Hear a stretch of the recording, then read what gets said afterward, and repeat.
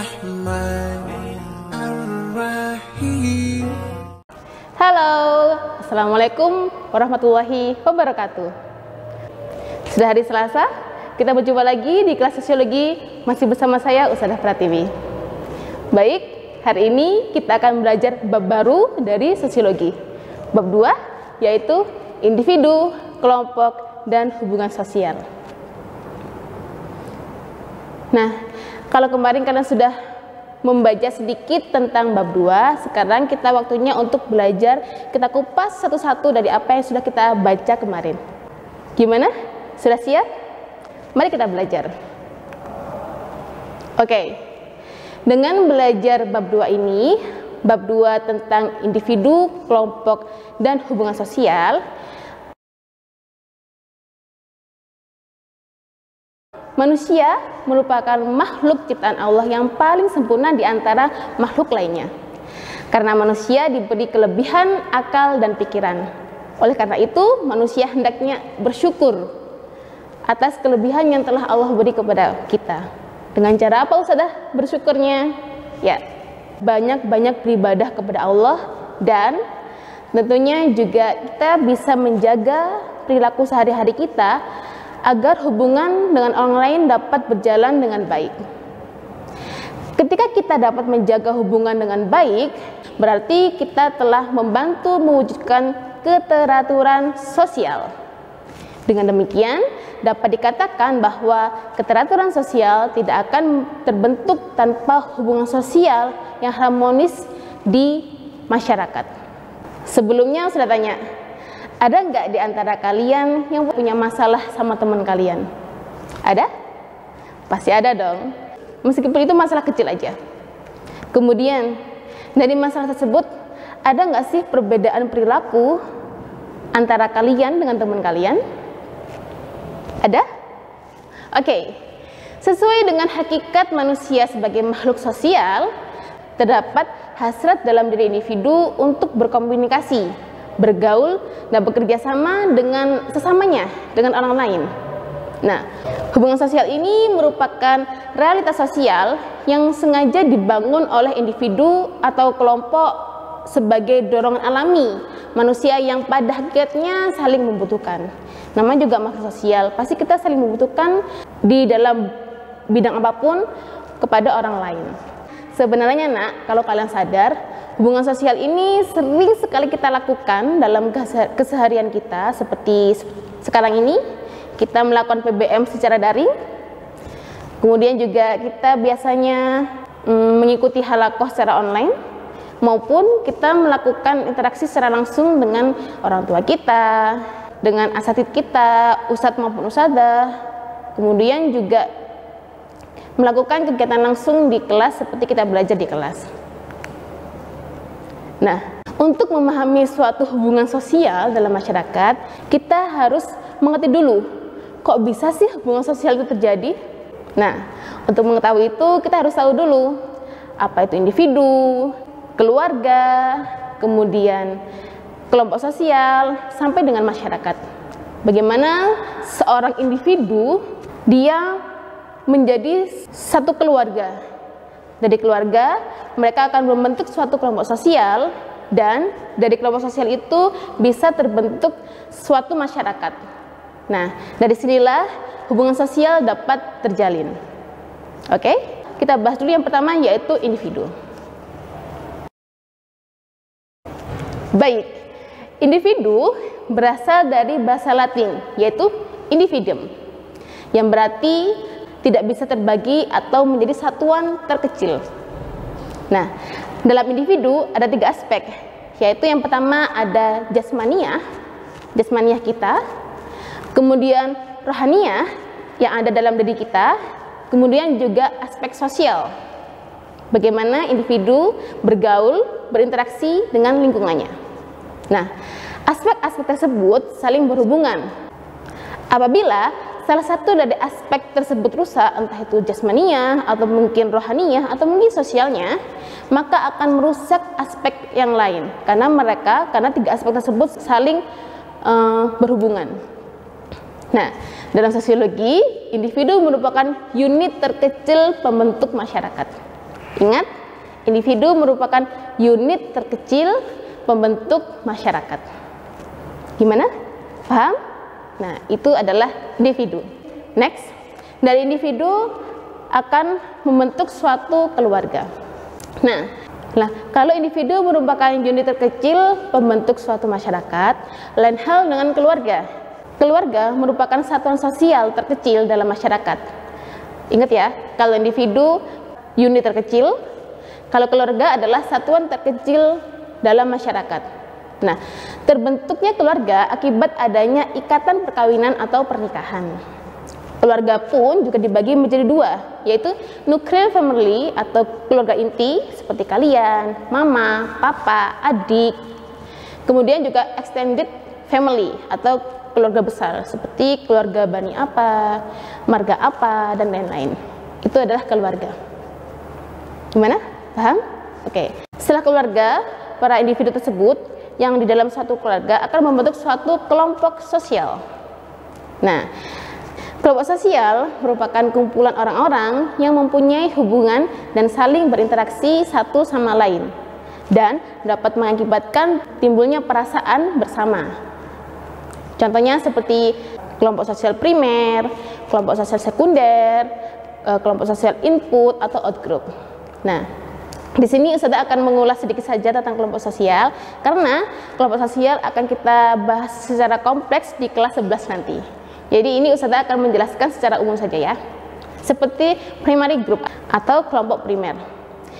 Kelompok primer juga merupakan suatu kelompok yang jumlahnya anggotanya sangat sedikit, mempunyai hubungan yang sangat erat dan sangat langgeng, tetapi perlu dicatat bahwa tidak semua anggota yang jumlahnya sedikit bisa disebut dengan kelompok primer. Kelompok primer ini seperti keluarga, jumlahnya sedikit tapi langgeng dan hubungannya sangat dekat. Kemudian juga ada teman dari kelompok primer, yaitu kelompok sekunder atau secondary group. Adalah kelompok-kelompok yang terdiri dari banyak orang. Hubungannya tidak harus mengenal secara pribadi. Hubungan juga bisa disebut kurang akrab dan mempunyai sifat yang tidak langgeng karena didasari pada kepentingan yang sama. Contohnya seperti kalian dengan teman-teman kalian satu sekolah. Satu sekolah di Al-Mahirah IIBS, kalian merupakan kelompok sekunder. Jumlahnya banyak, tidak terlalu mengenal, tapi memiliki tujuan atau kepentingan yang sama.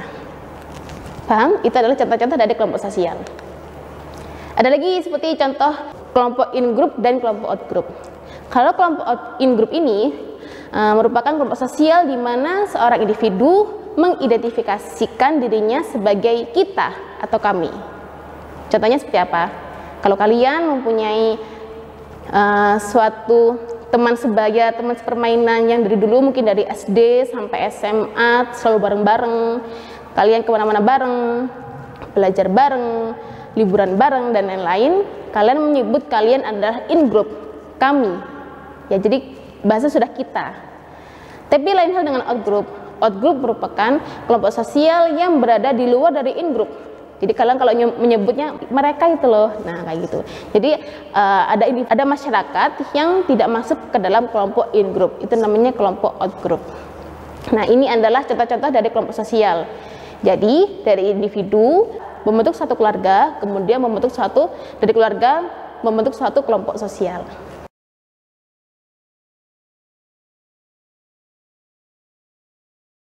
Oke. Masyarakat merupakan konsep dasar yang pokok dalam sosiologi, karena sosiologi mempelajari tentang masyarakat, kemudian juga mempelajari tentang perilaku masyarakat dan perilaku sosial yang bisa diamati dari perilaku kelompok yang dibangunnya tersebut. Jadi kalau kalian mau melihat perilaku masyarakat secara sosial, secara umum, kalian harus melihat dulu bagaimana kelompok-kelompok tadi itu berinteraksi, seperti itu. Nah, sekarang kita sudah menginjak ke masyarakat. Masyarakat itu apa, Ustazah? Nah, masyarakat itu adalah sekelompok individu yang mempunyai hubungan, kemudian juga memiliki kepentingan bersama, dan juga memiliki budaya. Ada juga beberapa sumber yang mengatakan bahwa masyarakat itu adalah sekumpulan manusia atau individu yang menempati wilayah tertentu dan membina kehidupan bersama. Itu adalah masyarakat. Seperti kita, masyarakat Indonesia. Nah, dalam masyarakat itu seperti kita ini terdapat beberapa unsur ya. Di sini Ustazah akan menjelaskan 4 unsur. Yang pertama yaitu orang-orang dengan jumlah yang relatif besar yang saling berinteraksi, baik individu dengan individu, individu dengan kelompok, atau kelompok dengan kelompok. Nah, kemudian ada kerjasama baik di skala kecil maupun skala besar. Ingat, karena manusia adalah makhluk sosial, kita membutuhkan pertolongan, kita juga membutuhkan orang lain dalam keseharian kita. Makanya ada kerjasama, baik itu di skala kecil maupun skala besar.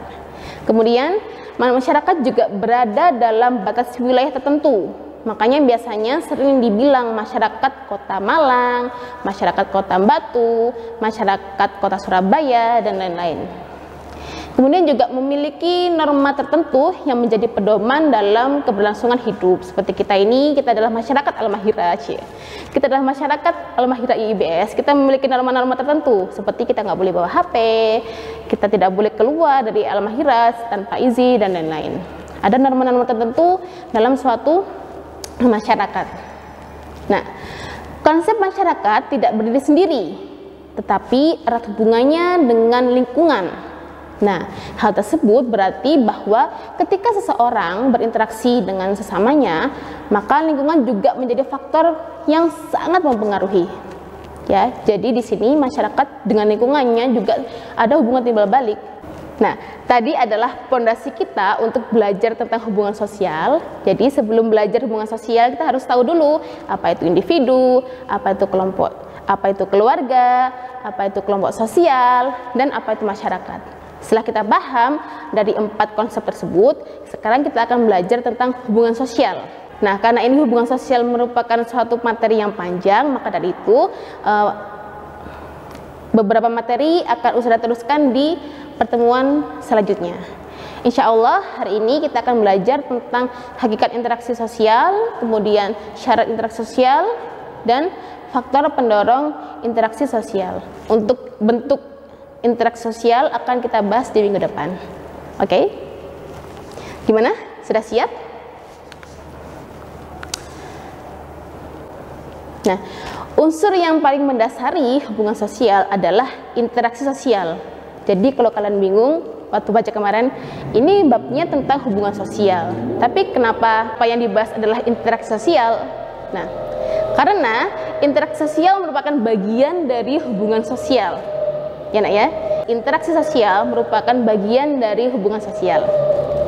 Hubungan sosial menunjukkan pada suatu interaksi sosial yang lebih luas dan diatur oleh norma-norma sosial. Hubungan sosial bisa terjadi akibat adanya interaksi secara langsung maupun tidak langsung. Juga bisa antara perseorangan atau antara kelompok. Nah, tetapi yang harus diketahui bahwa dalam hubungan sosial terdapat interaksi yang membutuhkan yang pertama, kontak sosial dan komunikasi. Nah, untuk mengawali ini kita akan belajar dulu tentang pengertian interaksi sosial, kemudian kita akan belajar tentang syarat-syarat terjadinya interaksi sosial, ya. Jadi nak, setiap individu pasti saling berinteraksi dengan yang lain. Tanpa adanya interaksi sosial, mustahil sekali akan terbentuk yang namanya keluarga, kelompok sosial, hingga terbentuknya suatu masyarakat. Bukan begitu? Nah, melalui interaksi sosial juga banyak yang bisa ditelaah, dikaji, diteliti oleh sosiologi. Interaksi sosial merupakan konsep dasar terpenting dalam mempelajari sosiologi. Oke. Apabila kita membahas tentang suatu hubungan sosial, kita juga akan membahas tentang interaksi sosial. Nah, sebenarnya Ustazah, interaksi sosial itu apa sih? Baik, interaksi sosial merupakan bentuk umum dari proses sosial. Ya, jadi kalau kita berinteraksi sosial, kita juga melakukan proses sosial. Nah, interaksi sosial tidak akan terjadi bila hubungan antara individu dengan satu individu atau dengan lawannya tidak memberikan reaksi. Contohnya seperti orang yang sedang berbicara lewat telepon, pasti kan ada yang mengawali. Nah, kemudian kalau kalian menyapa teman kalian, pasti ada yang disapa kan, dan juga ada yang menyapa kembali. Kemudian kalau kalian berjabat tangan, pasti ada yang mendahului, juga ada yang membalas jabatan tangan kalian. Nah, anyway, apa sih itu interaksi sosial? Baik, interaksi sosial merupakan hubungan timbal balik antara individu dengan individu, individu dengan kelompok, atau kelompok dengan kelompok yang terjadi pada masyarakat. Dalam hubungan tersebut, antara individu atau kelompok bekerjasama dan juga bisa berkonflik. Nah, itu adalah seputar pengertian kita hakikat tentang interaksi sosial. Ingat, saya ulangi, interaksi sosial merupakan hubungan timbal balik antara individu dengan individu, individu dengan kelompok, atau kelompok satu dengan kelompok yang lain. Nah, dikatakan sebagai interaksi sosial memiliki dua syarat. Apa aja syaratnya? Yang pertama yaitu kontak sosial. Dan yang kedua adalah komunikasi. Kita ulik, kita bahas satu-satu dari syarat tersebut. Oke, dari kontak sosial. Kontak berasal dari kata cum, yang berarti bersama-sama. Dalam pengertian sosiologisnya, yang dimaksud dengan kontak sosial tidak selalu terjadi melalui interaksi atau hubungan fisik. Ya, tidak selalu. Sebab orang dapat melakukan kontak sosial dengan pihak yang lain tanpa saling menyentuh. Misalnya kayak kita telepon, itu kan tidak secara fisik. Tapi kalian berkomunikasi, tapi tidak secara langsung, kalian tidak saling menyentuh. Nah, itu adalah contohnya. Nah, maka dari itu hubungan fisik bukan syarat utama terjadinya kontak sosial. Nah, kemudian apa sih Ustazah sifat-sifat dari kontak sosial? Nah, sifat kontak sosial ini yaitu yang pertama, mereka bisa bersifat positif atau bersifat negatif.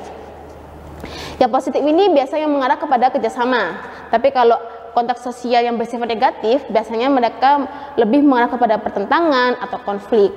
Nah, juga sifat yang kedua yaitu bersifat primer dan sekunder. Ya, kalau primer ini terjadi ketika bertatap muka secara langsung. Jadi kayak Ustazah mengajar kalian di kelas itu kan secara langsung. Jadi ini adalah sifat kontak sosial yang primer. Kemudian juga bisa yang sekunder. Sekunder ini juga bisa dibagi lagi, ya. Dibagi menjadi sekunder juga bisa secara langsung dan sekunder secara tidak langsung. Sekunder ini kan artinya interaksi melalui perantara. Nah, jadi kalau sekunder yang secara langsung, yaitu seperti kita menelpon mama kita, perantaranya HP. Jadi kita berinteraksi secara langsung, berinteraksi dengan mama kita lewat perantara HP. Nah, tapi juga ada sekunder yang tidak langsung, seperti Ustazah lagi ngobrol sama Ara, sama Dafara. Kemudian Ustazah bilang ke Dafara, Dafara tolong salamin ya salam Ustazah ke Ataya. Nah, ini adalah perantara yang tidak langsung karena Ustazah menitipkan salam melalui Dafara ke Ataya. Sampai sini paham? Oke, tadi adalah syarat interaksi sosial yang pertama, yaitu kontak sosial. Sekarang kita lanjut ke syarat yang kedua, yaitu tentang komunikasi. Nah, komunikasi ini juga merupakan syarat yang wajib ada ketika terjadi interaksi sosial. Komunikasi berasal dari kata communicate, yang artinya berhubungan. Jadi, secara harfiah, komunikasi berarti berhubungan dengan orang lain. Hal terpenting dari komunikasi yaitu adanya kegiatan saling menafsirkan perilaku seperti dalam pembicaraannya, gerak-geriknya mungkin, atau mungkin fisiknya. Juga bisa seperti sikap dan perasaan-perasaan yang disampaikan dari si komunikator. Contohnya seperti kita mendengarkan radio. Dalam komunikasi ini ada 5 unsur. Yang pertama yaitu komunikator. Komunikator merupakan orang yang menyampaikan pesan, seperti Ustazah. Ustazah adalah komunikator. Ustazah menyampaikan pesan kepada kalian. Nah, kemudian yang kedua yaitu komunikan. Komunikan ini adalah individu, bisa individu, juga bisa kelompok yang menerima pesan. Jadi Ustazah contohkan seperti kalian, yaitu komunikan. Ustazah komunikator, kalian komunikan. Kemudian yang ketiga yaitu pesan. Pesan adalah suatu sesuatu yang disampaikan oleh komunikator. Jadi seperti materi yang sekarang sudah disampaikan, ini adalah pesan untuk kalian, para komunikan. Yang keempat yaitu media. Media adalah alat untuk menyampaikan pesan.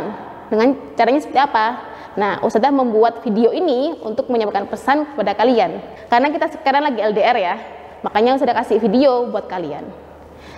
Kemudian yang kelima yaitu efek. Efek ini merupakan perubahan yang diharapkan terjadi pada komunikan setelah mendapatkan pesan dari komunikator. Ustazah harap dari video ini kalian bisa merubah perilaku kalian juga bisa lebih mengerti apa itu interaksi sosial, apa itu hubungan sosial, dan pasti kalian juga bisa mendapatkan nilai yang bagus dalam proses yang setelah ini akan kita kerjakan. Ya. Oke, itu tadi adalah syarat-syarat dari terjadinya interaksi sosial. Jadi, yang dimaksud dengan komunikasi ini, anak-anak, adalah proses penyampaian atau proses penyampaian pesan dari seseorang kepada orang lain. Bisa dari individu kepada individu, individu kepada kelompok, atau kelompok dengan kelompok yang lain. Masih di komunikasi, oke. Dalam komunikasi ini juga ada 3 tahap, ya. Yang pertama yaitu encoding. Encoding ini merupakan pembuatan kode. Apa sih itu Ustazah encoding? Kalau kalian sudah baca di buku kalian, encoding ini merupakan gagasan yang akan dikomunikasikan atau yang bisa diwujudkan dalam kalimat mungkin, atau gambar, atau sebuah pesan. Nah, komunikator ini juga harus memilih kata-kata yang bisa dicerna oleh komunikan. Jadi kalau misalnya komunikannya itu orang-orang desa, orang-orang yang belum paham betul bahasa Inggris, jangan sampai kalian memberikan pesan kepada masyarakat tersebut menggunakan bahasa Inggris atau bahasa Arab. Kita harus tahu bahasa-bahasa yang cocok untuk komunikan kita. Oke? Selain dari encoding, 2 tahap lagi yaitu penyampaian dan decoding. Kalau penyampaian ini adalah gagasan yang sudah berwujud kalimat atau gambar yang disampaikan. Nah, penyampaiannya juga bisa berupa lisan atau tulisan atau mungkin keduanya. Ya, ingat kalau penyampaian adalah gagasan yang sudah berwujud kalimat atau gambar. Kemudian tahap yang ketiga yaitu decoding. Decoding ini juga bisa disebut dengan pemecahan kode. Nah, di tahap terakhir ini komunikan mencerna dan memahami kalimat yang diterima oleh komunikator. Nah, ini adalah tahap-tahap dari komunikasi. Jadi nak, perlu kalian tahu bahwa kontak sosial yang tadi bisa terjadi tanpa adanya komunikasi. Ingat, kontak sosial tidak bisa terjadi tanpa adanya komunikasi. Tetapi, tanpa komunikasi, kontak sosial tidak bermakna apa-apa. Ya, kontak sosial bisa terjadi tanpa adanya komunikasi, tapi kalau komunikasi tidak bisa terjadi tanpa ada kontak sosial. Karena masing-masing pihak, masing-masing aktor bisa saling memahami maksud dari pesan yang disampaikan oleh komunikator. Nah, itu adalah syarat-syarat terbentuknya interaksi sosial. Bagaimana? Mudah kan? Nah, kita menuju ke pembahasan terakhir kita, yaitu faktor-faktor interaksi sosial. Ada 5 faktor interaksi sosial, yaitu yang pertama imitasi, kedua ada sugesti, ketiga ada identifikasi, ada simpati, dan empati. Kita bahas satu-satu dari 5 faktor-faktor interaksi sosial tersebut. Yang pertama yaitu imitasi. Nah, imitasi ini merupakan suatu keinginan orang untuk meniru segala sesuatu yang ada pada orang lain. Ya, ingat ya, kalau imitasi ini adalah keywordnya proses meniru. Meniru apa Ustazah? Semuanya, terserah. Segala sesuatu yang ada pada orang lain. Ya, pada setiap kehidupan, seseorang biasanya memiliki orang yang menjadi idola atau menjadi figur. Mungkin dia tokoh masyarakat, atau mungkin ulama, atau mungkin cendekiawan, tapi nggak boleh artis ya. Nah, orang-orang tersebut akan ditiru oleh seseorang, baik penampilannya mungkin, atau mungkin gayanya, atau mungkin cara bicaranya, bahkan perilakunya. Misalnya, orang yang memfigurkan sosok Bapak Presiden kita, Jokowi, mungkin mereka akan berpenampilan seperti Jokowi. Mungkin memakai pakaian putih, celana hitam, atau mungkin gaya berbicaranya seperti Bapak Jokowi. Ya, contoh lain, Misalnya kalian suka sekali dengan gayanya Ustadz Hanan Ataki waktu beliau bertilawah. Nah, kalian meniru tilawahnya dengan gayanya Ustadz Hanan Ataki. Nah, ini adalah contoh-contoh dari imitasi, di mana ada proses meniru segala sesuatu yang ada pada orang lain. Itu adalah imitasi. Oke? Yang kedua yaitu sugesti. Apa sih itu Ustazah sugesti? Nah, sugesti ini merupakan pengaruh interaksi sosial yang lebih bersifat psikis yang terdapat pada kejiwaan seseorang. Nah, sugesti ini muncul ketika si penerima sugesti ini, si komunikan ini tidak dapat berpikir secara rasional. Ia akan langsung menerima segala anjuran atau mungkin nasihat atau mungkin kata-kata atau kalimat dari si komunikator tersebut. Contohnya seperti apa? Kalau kalian sering lihat YouTube, kalian sering melihat para influencer yang mengenalkan sebuah skincare kepada para teenagers atau kepada remaja. Karena kalian melihat YouTube tersebut, kalian berusaha untuk membeli produk tersebut. Nah, ini kalian sudah mendapatkan sugesti, kalian sudah bersugesti dari YouTube tersebut. Itu adalah contoh dari sugesti. Ya, ingat ya, kalau sugesti ini keywordnya adalah memberikan pengaruh kepada individu atau kepada kelompok. Oke, faktor yang ketiga yaitu identifikasi. Nah, identifikasi ini lebih mirip, hampir mirip dengan imitasi, cuman ada perbedaannya. Nah, sebenarnya Ustazah, apa sih itu identifikasi? Identifikasi ini merupakan keinginan seseorang untuk menjadi sama dengan pihak lain atau meniru secara keseluruhan. Ingat ya, kalau misalnya imitasi dia hanya meniru saja, tapi kalau identifikasi adalah meniru menjadi sama, dia itu lebih identik gitu. Keywordnya adalah identik. Identifikasi ini bersifat lebih dalam daripada imitasi karena dapat membentuk kepribadian seseorang. Contohnya seperti apa?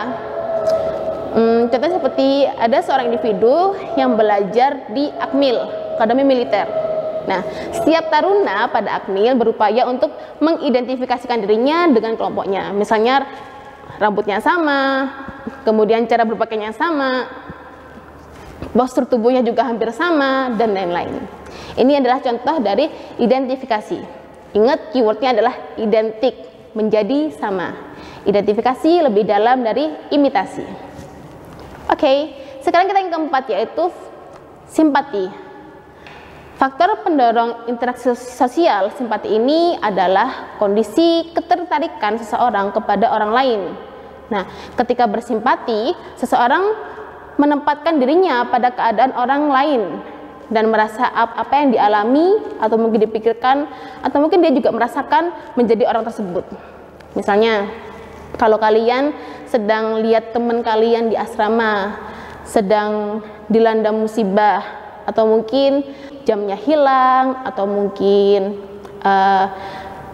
uangnya hilang, sandalnya hilang. Nah, kalian bersimpati sama dia. Jadi kalian kayak sabar ya, ini musibah, semoga Allah menggantikan dengan hal yang lain, dengan hal yang lebih baik. Ini adalah contoh dari simpati. Jadi sampai kalian mengucap kata sabar ya, berarti kalian sudah bersimpati kepada dia. Kemudian yang terakhir yaitu empati. Nah, empati ini merupakan tindakan lanjutan dari simpati, ya, atau bisa disebut dengan simpati dengan tindakan. Misalnya kalian melihat televisi, kalian melihat berita, kemudian di situ beritanya tentang banjir yang terjadi di Kabupaten Bandung di Jawa Barat. Kemudian kalian dengan teman-teman kalian melakukan suatu dana sosial atau iuran yang nantinya akan disumbangkan kepada korban-korban yang terkena banjir bandang tersebut. Ini adalah empati. Jadi kalau sudah bersimpati dan simpatinya itu dengan tindakan, ini namanya empati. Gimana? Mudah kan? Itu adalah 5 faktor pembentuk suatu interaksi sosial. Ada imitasi, ada sugesti, identifikasi, simpati, dan empati. Oke? That's all pembelajaran kita hari ini. Semoga apa yang kita belajar di hari ini bermanfaat bagi kita. Jangan lupa post testnya dikerjakan ya nak ya. Dikerjakan dengan tepat waktu. Jika ada pertanyaan silakan dijawab Ustazah, kalau tidak ditanyakan di Google Classroom. Oke? Sampai sini. Saya akhiri, wassalamualaikum warahmatullahi wabarakatuh. Semangat bermasyarakat dengan sosiologi. Dadah. رب اجعلني مقيم الصلاة ومن ذريتي ربنا وتقبل دعاء